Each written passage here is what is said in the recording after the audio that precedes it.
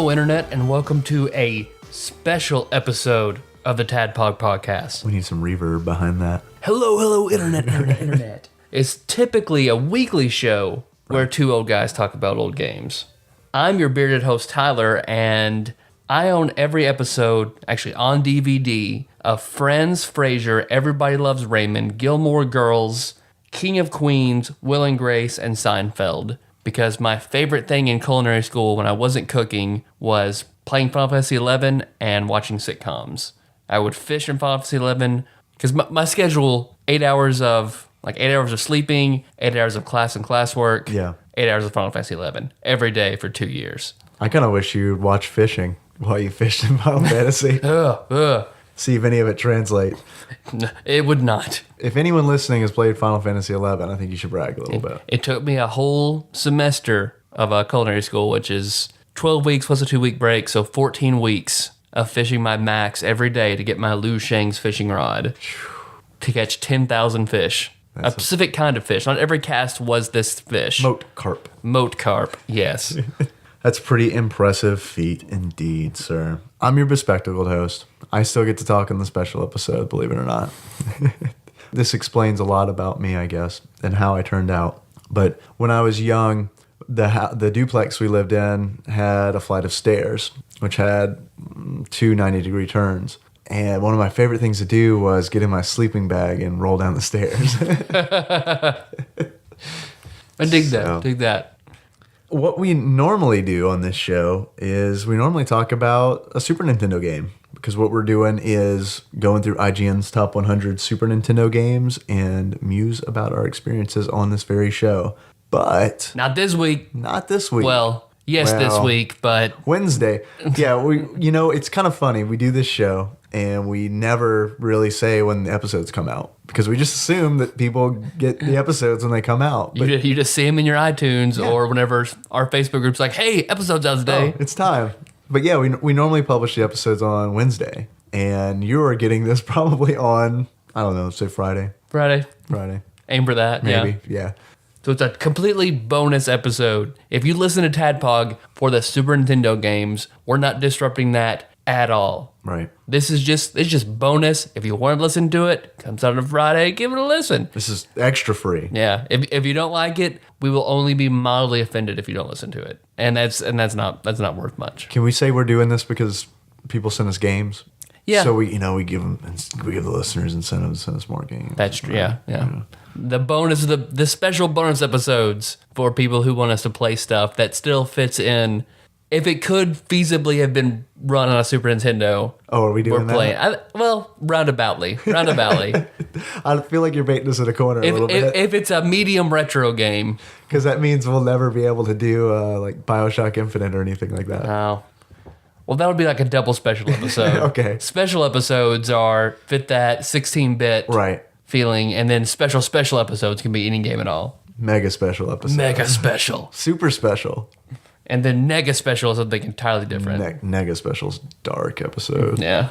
That's when our pets actually die and we decide to have an episode to talk about it. Our pets die, we play Teenage Mutant Ninja Turtles Noir, and then come on the show and talk about Pokemon Black. That'll be a show that we'll send to Louis C.K. and be like, hey, we were really depressed, made this show. We hope it makes you laugh. We know you like shit like this. So what are we talking about today, whenever you're listening? We are talking about Dokutsu Monogatari. It's Japanese. I don't think I played that. Or English Cave Story. Oh. Yeah. I played that a long time ago.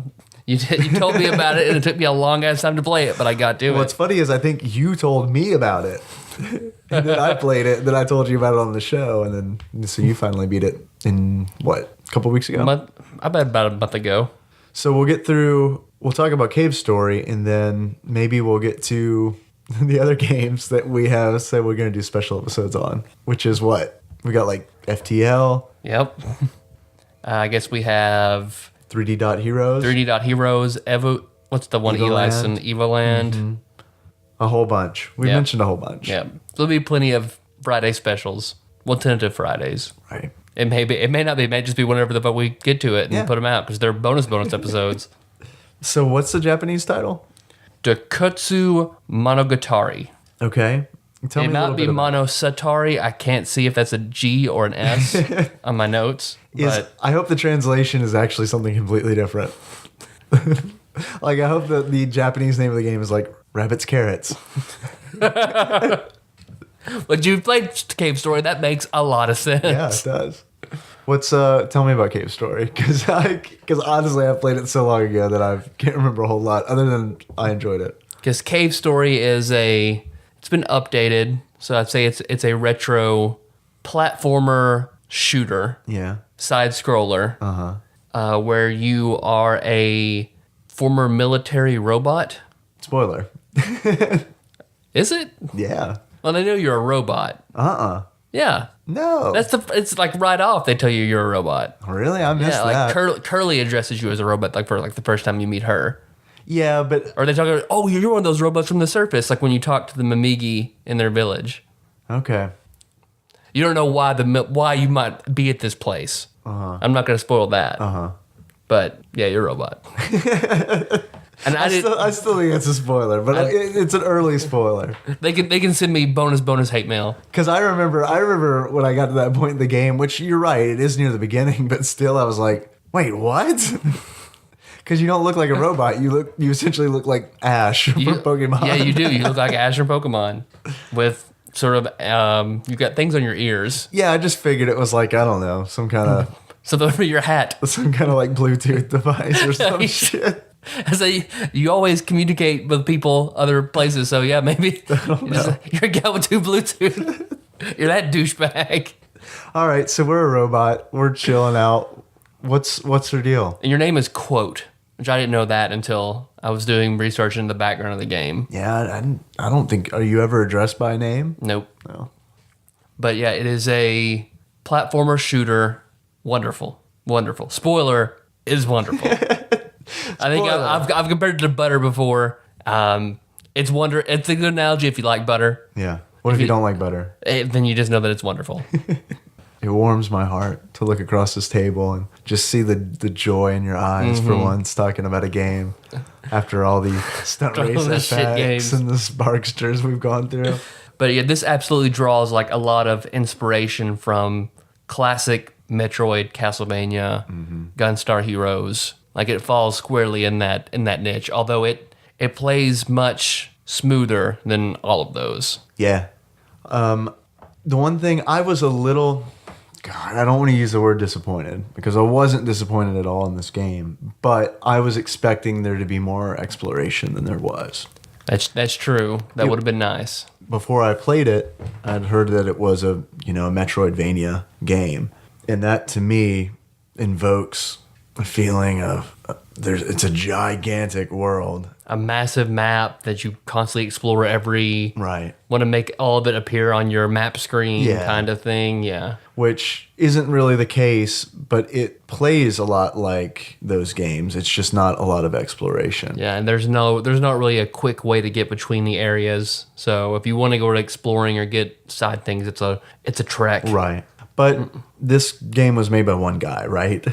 It's a small team of weird people or just one weird guy. Because I think it's Studio Pixel? Studio Pixel. Which I'm convinced is one guy, but I can't find...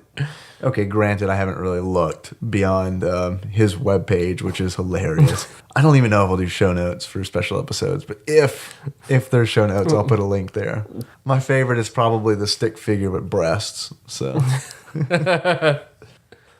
But you start off, you're in a cave, you're hearing a transmission from somebody who's stuck somewhere asking for help. Yeah, the intro is like very confusing, but done in a style, it's like Lost confusing. Yeah. Because it's like, what the fuck is going on? But instead of turning you off, it's like, man, I'm confused, but I want to figure this out. I don't know what's going on. Yeah. Yeah, because you're wandering around, you find a gun, you're in a cave, you find somebody's house, they're not home, so you just take their gun that's laying there, and then jumping through the cave, you find a village of anthropomorphic rabbits called the Mamiga. Right. And they're all distressed about another Mamiga that they don't know coming into their village, and their hero, the town hero Arthur, has been like defending her and taking up for her. And then as you do investigations and find out this girl has been taken, but you need to find her. She knows what's going on. Yeah, it's kind of, I think the Mamiga, I think that was an interesting kind of choice because this game it's really bizarre, but it's bizarre in the way that I like bizarre. It's not like, it felt like Earthworm Jim bizarre. Mm-hmm. It didn't feel like Sparkster bizarre.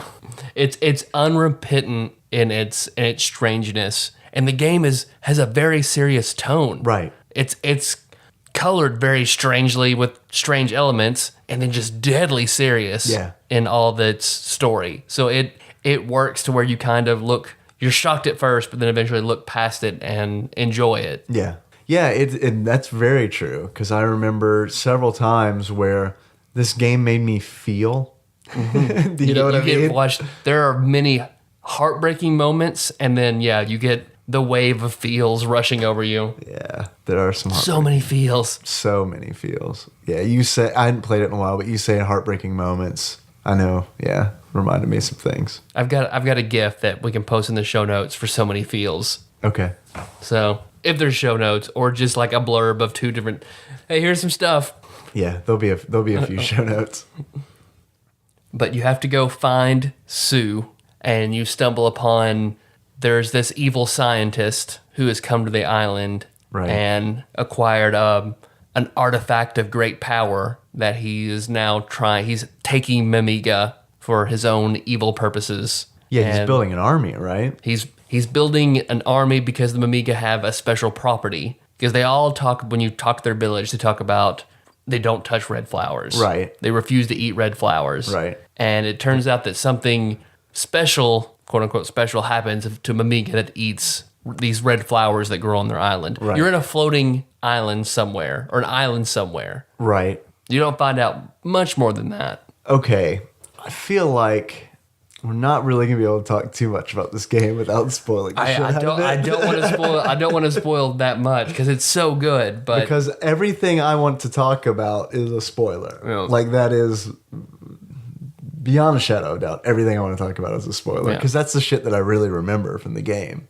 I mean, I guess if we should talk about, we'll go ahead and give you a spoiler, double spoiler. If you don't want to know that much about Cave Story, go pause this podcast. Go play it real quick. It's not that long. You can get it. You can download it for free.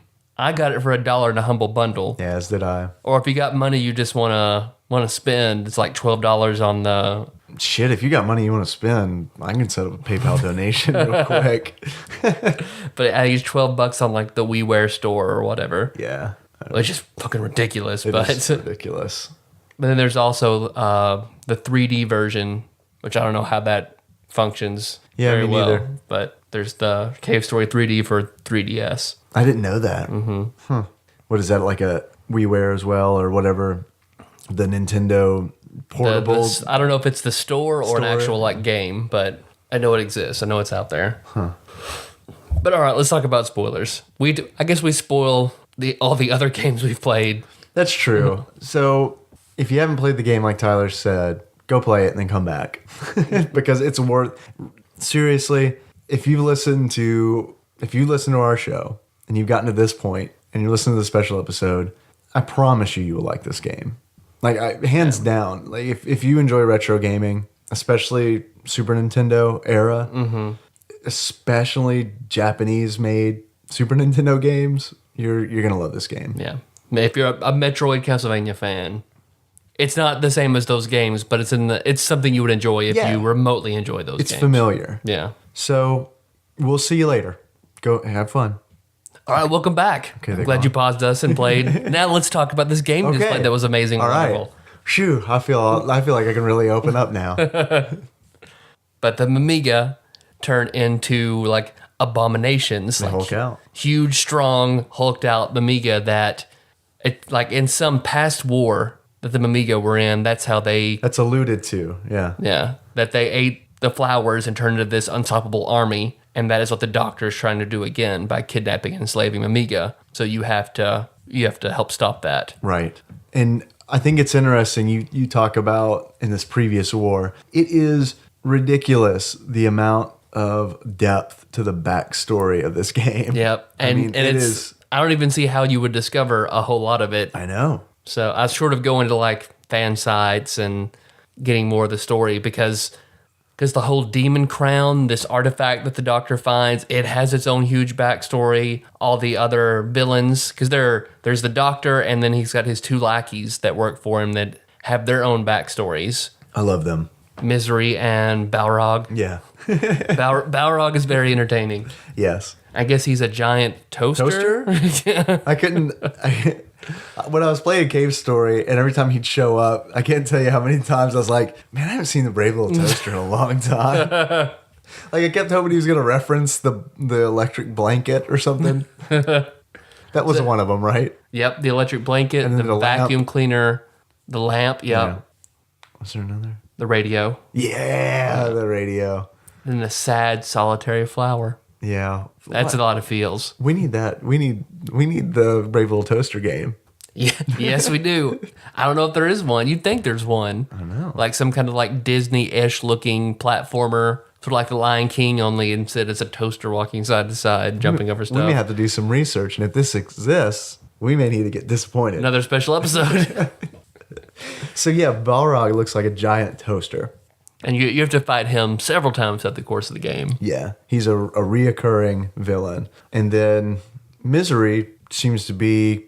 She's the brains, and Balrog is the brawn. Yeah. Of the 2 lackeys of the Doctor. She's not a toaster. No, she is a witch. Right. Which I thought she was an evil Mamiga, but it looks like she's human, maybe. Yeah, she's more like a Sabrina teenage witch and less a Wicked Witch of the West. So she's a hot witch, is what I'm saying. That's true. That's what I'm saying.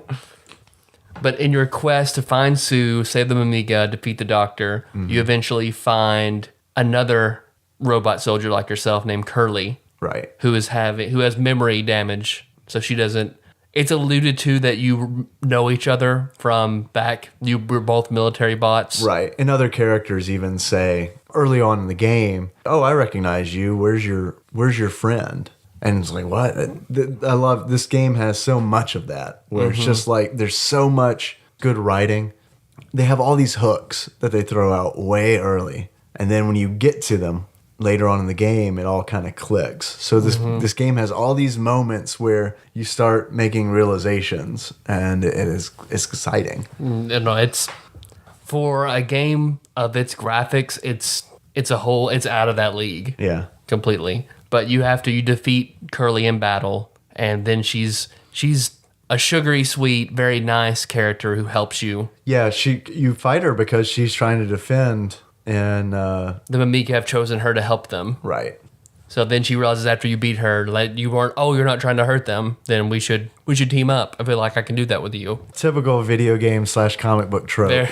Or Naruto, like Naruto and every filler meets the guy who doesn't like anybody, he's got problems, so Naruto beats into him and then they're best friends and the guy dies or something. It's just a misunderstanding. Yeah. It's team up, classic team up. But then you have the option, as soon as you beat her, she's like, "Oh, well, hey, do you want to trade guns with me?" Because she has a very powerful machine gun. And that's kind of a whole thing about getting secret weapons and side story and stuff in Cave Story, which is something I like the vast majority of it. I didn't like that it all relied on you knowing what things to take and what not to take. Because if you want to get... You're laying knowledge on me. Yeah, if you want to get... There are lots of weapons in the game. Most of them are predicated on you not getting some, so then you get others later. Oh. And then things with Curly happen, and special items you can get. At one point, as you progress through, you find that the Doctor and Sue were actually part of a team that came to this floating island to do investigations. They're all like a 5-person team, and there's one scientist who makes stuff for you. Like he makes you a jetpack. Right. If you don't get the jetpack, way more options in the game open up. Really? And it's not like a choice, yes or no. You just have to jump over the scientist when he's sitting there. And then, there's no way that you would know this without, you beat it and then check, the fan site or check a FAQ and see, oh, well, okay, you can do this. And the whole game changes. Oh, wow. Yeah, I had no idea. Yeah, the big one predicated on missing that jetpack. So what do you get?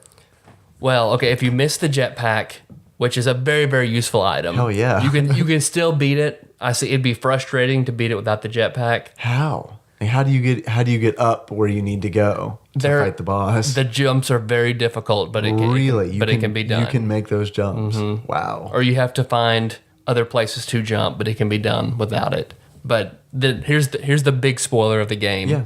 As you progress through fighting Amiga, fighting the doctors, minions, Balrog, eventually you get closer to the core of the island, and you and Curly are together. There's a whole stage where she follows you, and you and her just tear through everything until you get to the boss, which is like the defender of the island, and you have to take it down. Right. You and Curly defeat it, and then a defense mechanism happens. The door is shut, and the whole thing floods. Right. Curly has something that allows her to breathe underwater, and you don't. Right. So whenever you see yourself, you die, and then suddenly you wake up and you find you have her respirator on, and she's passed out beside you. So she sacrificed herself so that you could keep going. That's one way of thinking about it. And that's how I thought about it. Yeah. When I played. But now hearing you talk about it, I'm beginning to think maybe Quote just straight up murdered her.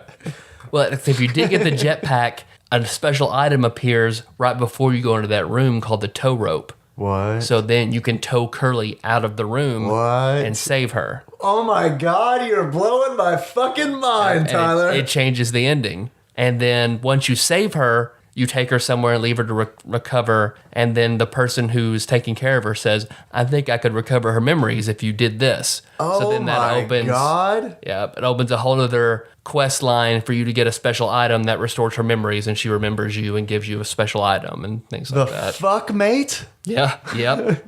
And if she lives and gives you this item, then that grants you access to, like, I know it's not called the Secret Garden, but it's something like that. And that is the hidden level where the real boss is. Holy shit. This is like you telling me that General Leo is a playable character in Final Fantasy VI. He is.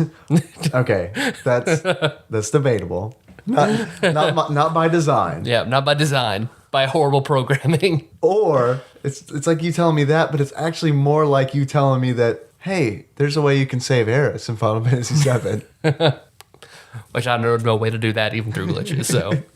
I cannot believe this. Mm-hmm. So did you said you didn't know about this going through? No, she died on my first playthrough. Yeah, me too. And that's where all my feels came from. Yeah, it's heartbreaking to see because you can't do anything. You have to walk out of that room. Yeah. And she's just laying there, passed out in the dead in the floor, and you see the wall shut behind you. That's it. She's gone. But if you don't get that damn jetpack, have you gone back and played since you played it the first time? No. I just wanted to know if there was a way, and I saw all this shit. Like, I thought I may eventually go back because I'd like to play that secret level. Well, yeah, you're making me want to go back. I want to fight the real boss. The real boss. All right, so the cave store lore, there were these two siblings. Mm-hmm. You find one of them. In the quest line, eventually, as you try to get closer to the core to fight the doctor, you find this old lady in a hut who asks you to find her dogs. Right, I remember her. Well, she's Misery's mother, so she's a more powerful witch. But her brother, who's more powerful than she is, cursed her and confined her to her hut. And then her brother made the demon crown, and by making the demon crown, it seals him in the island. And the doctor's tapping his power. So the secret level at the end is you going deeper into the island and fighting him. The guy who made the crown? Yeah, fighting the original evil. Banished Misery's mother? Yes. Oh, wow. That's crazy. So you don't even fight the doctor at all then if you go that route? No, you fight, I believe you still have to fight. It's after you fight the doctor that you can go. I know that messes up the ending a little bit, but I think you have to do a regular clear and then go to the Secret Garden. I could be wrong. Okay. So this game has multiple endings then. I knew it had at least two, but now you're telling me that there's an ending that involves Curly. Mm-hmm. And possibly another ending that involves... the real boss, maybe. Because I know I was amazed. The first ending I got was the bad ending, which I thought was hilarious. And I was so glad that it was in the game. I think I got the good ending, so you tell me what the bad ending was. Okay. Sue's brother, I can't remember his name. He's got it's like a Japanese name. Mm-hmm. Do you recall it? It's like Matt. He's the one you hear the transmissions from. It's like Masurgi or something like that. Starts with an M. Yeah. We're experts. So it involves him because he wants to give up. Because you go through this process you build like a plane. Is it a plane? Okay, that's kind of like airship. a launch pad that can get you through all the doctor's security. Yeah, and you build a means to get off of the island, the floating island. And what happens is you go back and talk to him at some point. It's after Sue is kidnapped, and you go back and he says something like, "I've got everything ready. Are you ready to leave?" Did this happen to you? I didn't even see this option. Yeah, if you go talk to him after you assemble the craft, he will just straight up say, "Everything's ready to go. Do you want to leave?" And I was like, "Yes." You get yes or no. Yes, and you fucking take off. Just you and him. I can see where that's a really bad ending. And it is just like the most hollow, like cowardly ending. Like you get God. I feel like you get chastised in the ending credits, but it's been a while, so I can't remember for sure. But yeah, that's an ending. Just you and him take off. So leave everyone behind. Suikoden 2 does that as well. Yeah, where you can there are a few endings, and one of them is an ending halfway through the game where you're about to join the big military campaign, and a guy's like, "This is going to change you. Are you sure you want to do this?" You can say no, and you and your sister just move into a cabin in the woods. and the game ends right there. Credits. Yeah, that's it. It just shows like you like chopping wood and living in this cabin, and the army just like went on by itself. I need to play Suikoden 2. I need to finish Suikoden 1, but those dragons that sounded like elephants I can understand. Just ruined it for me. Although it helps to play Suikoden 1, but Suikoden 2 is, you don't have to, and it's fantastic. I think Suikoden 2 is the best one of the series. Yeah. But Cave Story. Yeah, speaking of... Because I want to talk about the mechanics, because there's no level up system in the game, like for your personal levels. Right. The characters, your character doesn't level up. Yeah, you have to find health capsules that raise your max health, and otherwise you find guns, and your guns will level up and cap out at level 3. Right. You kill enemies, they drop shit, you pick the shit up, and makes your gun better. But if you get hit, you lose those things. The more you get hit, the weaker your gun gets. Right. So it's an interesting system. It's a really cool mechanic, I think, because it not only rewards you killing enemies, but it also forces you to not steamroll through things. Do you know what I mean? Like when faced with an obstacle, I would try to come up with ways to actually get through it while taking the least amount of damage. Not because I'm worried about my health, but because I want my gun to be in tip-top shape. Because you need it for a lot of bosses, and your gun's like, between a level 2 and a level 3 is pretty dramatic for most weapons. Yeah, because it's not just more damage. Like a level 3 weapon or level 3 gun does more damage than a level 2, but it also has different properties. It'll be faster, it'll have more spread. Right. Or like, I know, because you could only shoot in front of you or behind you. Right. You can only shoot horizontally. Right. So with your Polar Star, with most guns, then there are a few that, like the fireball weapon, rolls down hills and things like that. So you have to constantly kind of switch up weapons, and like the missile launcher will go through barriers. Right. And it's limited ammunition. I like a few weapons gun. have limited. Did you get the bubble gun? I did. It's interesting. You like that. I didn't like the bubble. Oh, really?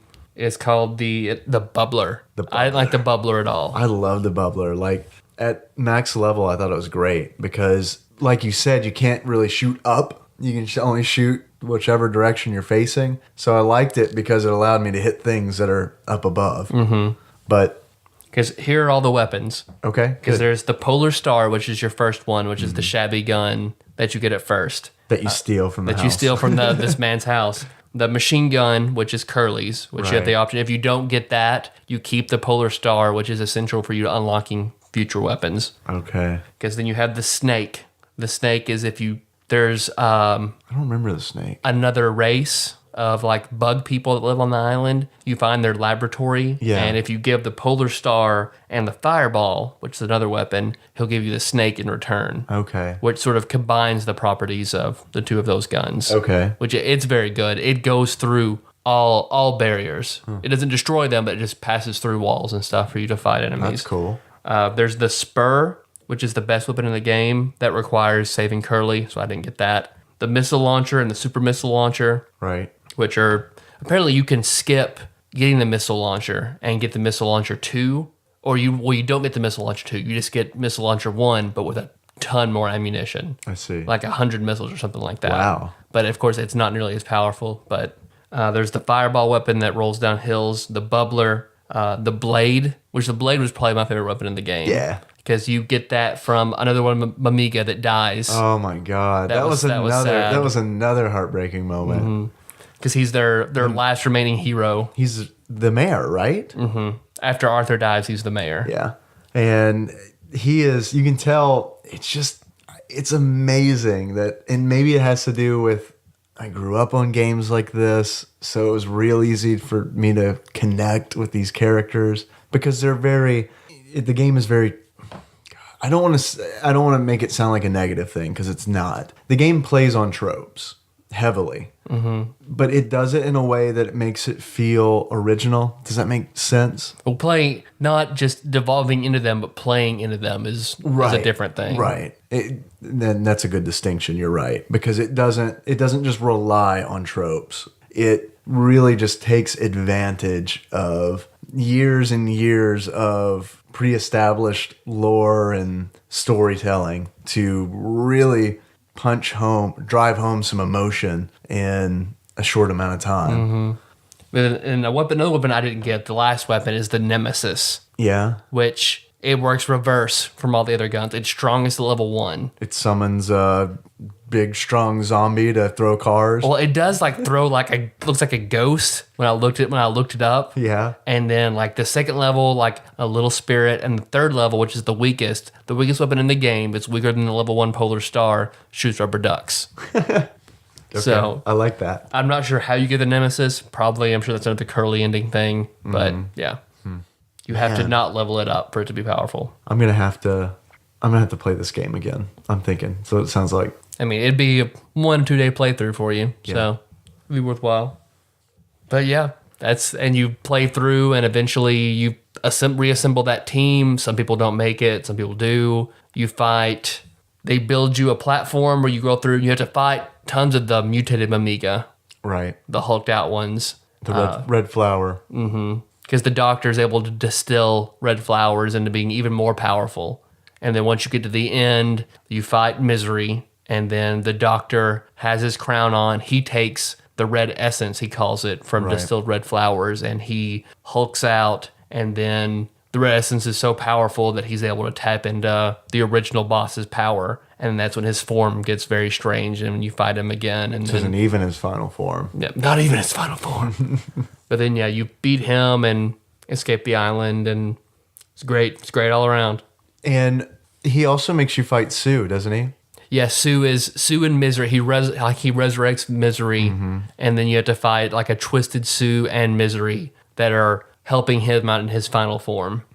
That was another thing that for some reason, this game just connected with me because I was so mad at him when he made you fight Sue. Because Sue's human, but it's turned into Amiga because of the island's influence when they get there and start fucking with stuff. This entire time, you're well, not the entire time, but the good bulk of the game, you're looking for her. You're trying to get her back, and then you finally get her back, and you have to fight her. Yep. He forces it, To think out of the 5, the doctor, of course, turns evil. He was a bad guy. He was a nice guy before, but when he puts on the demon crown, it really turns him evil. Right. This is of the 5 researchers. Of the 5 researchers. Then 2 of them become Amiga from coming to the island. Sue and Atoy, who is the coward that he just ran and hid as soon as everything happened. And then her brother and... the guy whose name starts with M that we can't remember. And then I think her mother. Yeah, I think you're right.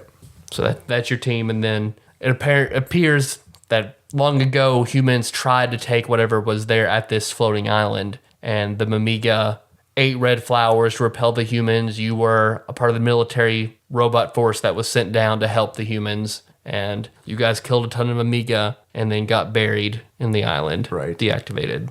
You and Curly both, and then you helped them out in the end. It's a heartwarming tale.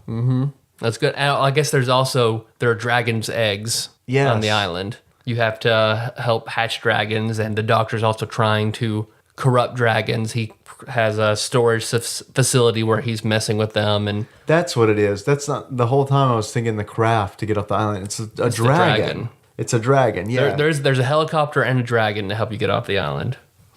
Yep, obviously I need to play this again because I missed a lot. But I enjoyed what I played. There's no way you would know about any of that stuff unless you'd seen it on a FAQ. But see, and that's appealing to me as well because that's very old school. That's very like, who the hell would know of all the warps in Super Mario Brothers? That's true. You know what I mean? Unless you've seen someone do it, or you're like me and your mom bought you the $2 paperback book that's 100 Nintendo tricks. Or you call it Nintendo Powerline like I used to do. Right. Yeah. But I don't know. I don't have much else to say about it besides play this game. Yeah. It's free. It just costs your time, and it's worth it. It is worth it. It really is. And it's for Windows, Mac, and Linux. So and Wii and DS and 3DS. Yeah, if you want to be a sucker and pay $12 for Yep. it, be our guest.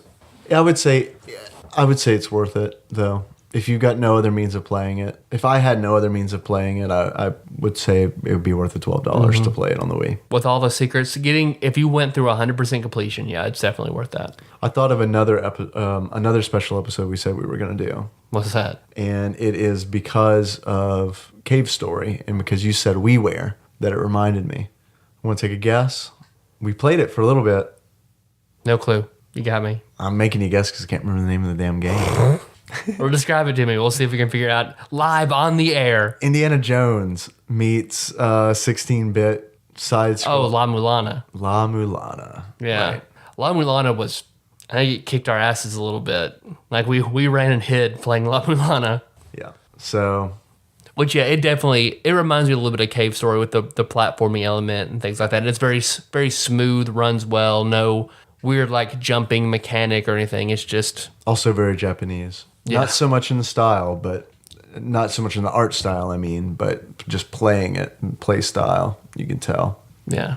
And dialogue, and it's very quirky. And it's very funny and quirky. Yeah. And it's one of the more hardcore games that I've played in a while. It is hardcore, difficult. Yeah. A lot harder than Cave Story. Yeah, Cave Story it had a few elements that you might have to try a few times, but it's not very difficult. No. If you get the lame ending like I did, it's not difficult at all. But I got some ratings for this unless you have more comments. No, I don't. Hey, you want to give it a beard? Yeah, I do. All right. Hey, Tyler. Yes, Dave. I know this is not a regular episode. It's a special episode. It's a pretty damn special episode. But, however, I see the look in your eye. The need. You have the need to beard. I do. It deserves it. Okay. If you were to give Cave Story a beard, a subterranean face mask, what would it be? I would not give it just one, but 4. This game gets 4 Cowboy Bebop jet black beards. Whoa. Yeah, that's how much I liked it. Why 4? Because that's a good number, and they're black beards. Some would say it's the best number. And some would say it's the best number, but you could say jet black doesn't have a red beard. I can't really give red jet black beards, so Right. just gotta up the quantity of beards. Okay. So 4 Cowboy Bebop jet black beards. That's pretty good. Pretty good. Fuck that. That's really good. It's one of the better beard ratings I've given. Yeah, it is. Okay, I'm gonna bring it back down. All right, let's get serious. That's good. That's some good beards. It's a good beard. I don't know. What do you think? Glasses? We'll keep going. Glasses? Oh, yeah. You wanna? Yeah, I do. All right.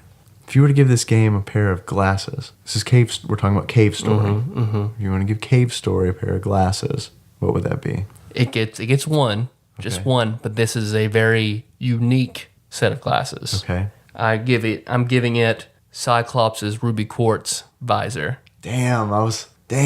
Yeah. Now what are you going to do for X-Men Mutant Apocalypse? Gotta figure something else out. I hope I like it that much. Maybe I won't like Mutant Apocalypse enough to earn the Cyclops optic visor. You'll like it. Well, I like it this much as Cave Story. Oh, damn. That's a hard question. I like it as much as Cave Story, but I played it when I was a kid. So we'll see how much both of us like it when we get there. Oh, I still love it. This is...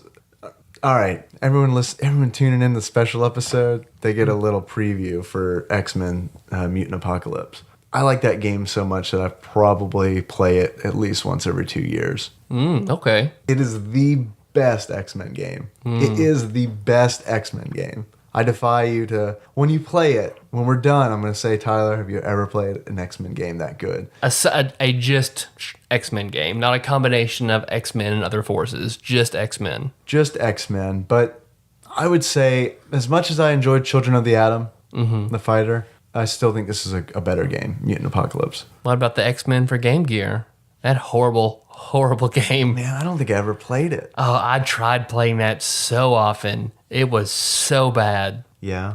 I mean, I guess it just in sheer difficulty, because it was just, oh man, that game was so hard. Yeah, I never played it. I know the one on Genesis was... It put the Genesis one to okay. shame for difficulty. Yeah. And I had a rough time with the Genesis version. Oh, yeah. I don't think I ever beat Apocalypse on the Genesis version. No, I don't even think I got that far on the Genesis version. The Super Nintendo version is not that difficult. It's a Capcom game, and it's you're going to like it. You're going to like it. Good. Yeah, don't worry. It's better than the arcade game. We could do more special episodes where you look at other games by those other X-Men games that aren't anywhere on the list, like the Game Gear one and the X-Men Genesis series? one. Yeah. Briefly talk about all the X-Men games. I tell you what, here's what we'll do. We'll keep this a running theme. For every special episode we do, we'll dedicate the last half to an X-Men game. The first half will be about something completely different, and then for at least 15 to 20 minutes, we'll just talk about an X-Men game. That's fair. That's fair. Well, thanks for listening, everybody. You can find the show on iTunes or Stitcher, so you don't miss the next episode. The next real episode. It'll be better than this. So I guess the next episode for us will be, what's the next one that's coming out? Super Tennis. Well, No. Stunt Racer FX comes out next, but by the time you get this, that will have came out. So Maximum Carnage is the one after this. So our next episode is Spider-Man and Venom Maximum Carnage. Spider-Man and Venom : Maximum Carnage. And then it's Super Tennis. And then it is Super Tennis. I'm really looking forward to Super Tennis. Oh yeah, I don't know if you can tell. I went out and found that at a flea market last week for $5. And I think that's gonna make the difference. I think it's gonna. I've been watching some gameplay videos. You think I'm joking? You think I'm joking, but I'm not. I've been watching some gameplay videos of Super Tennis. I'm really excited about this game. I'm gonna go ahead and call it. Super Tennis is gonna be the next Super Bomberman 2 for us. Those are big words. We're gonna play it and we're gonna love it. Okay. I'm just throwing it out there. All right. And while you're at iTunes, don't forget to subscribe and give us a 5-star rating. And why not write a review? Yeah. Why not? I don't know. We're not going to give any shout-outs. Right? Normally, I would give shout-outs right now, but we'll run out of shout-outs pretty quickly for the next show. So, thanks, people. Can I tell them something, Tyler? Please, you should. Can I tell our listeners something? Yeah. I'd like to. Yeah. I don't know if you know this or not, Tyler, but we set up a phone number. Yes. Or you set up a phone number. I was like, yeah, let's set up this phone number. Give yourself some credit. I composed the theme for the voicemail. You did. Unfortunately, Google Voice only allows you to leave a 3-second message. Yep. So I feel like we landed on a pretty good one though. Yeah. I think all the audience will appreciate it. So give us a call. Let us know anything you want. We want to hear what you're thinking. It can be about games. It cannot be about games. I don't really give a shit. I just want you to call, and we may play your message on the show. Or run through Google Translator, and we'll just read what Google Translator thinks of it. Because that is hilarious. We've got some experience with that. So give us a call at hold on. I'll give you a minute. Get your pen. Find your pen. Got it? No. That's a pencil. That'll rub out. Get a pen. Specifically said. Something you can write into your skin. You think you give explicit instructions to get a pen. You think so? Okay, you're back. Yeah. No, Micah, don't type it on your computer. Get a pen. Micah, get a pen. Fine, we'll fucking wait. Okay. We good? All right. Here's the number. It's 270-883-2555. Give us a call. Just leave a message. There's a site on the internet. You might have heard of it. It's called Facebook, and we have a page on it. It's free. I don't know how this works, but Maybe it's like we're getting free cable. Let's just, if we can not mention to Facebook that we have a free page, that would be great. Or like if you're flipping through your TV and you find one of the porn channels come through, you get free porn. Right. You never turn off free porn. Like that episode of Friends. Yeah, that's what I'm glad you've seen that episode of Friends where I was going. You can put that in the show notes. I will. That's the second Friends references show. I don't know how I feel about that. We'll get Earthbound, Chrono Trigger. I feel better. Star There Fox. you go. So, yeah, we're on Facebook, and you can check us out there. You can also go to tadpog.com. That is where all these show notes go that we keep referencing. You can find them there on the site. One more thing that's really important. The wonderful intro and outro music that you hear is a song called Moves, and it's by Sycamore Drive. A link to that track can actually be found on the show notes at tadpog.com. I just like staring at you. I like staring at you. Oh. Yeah.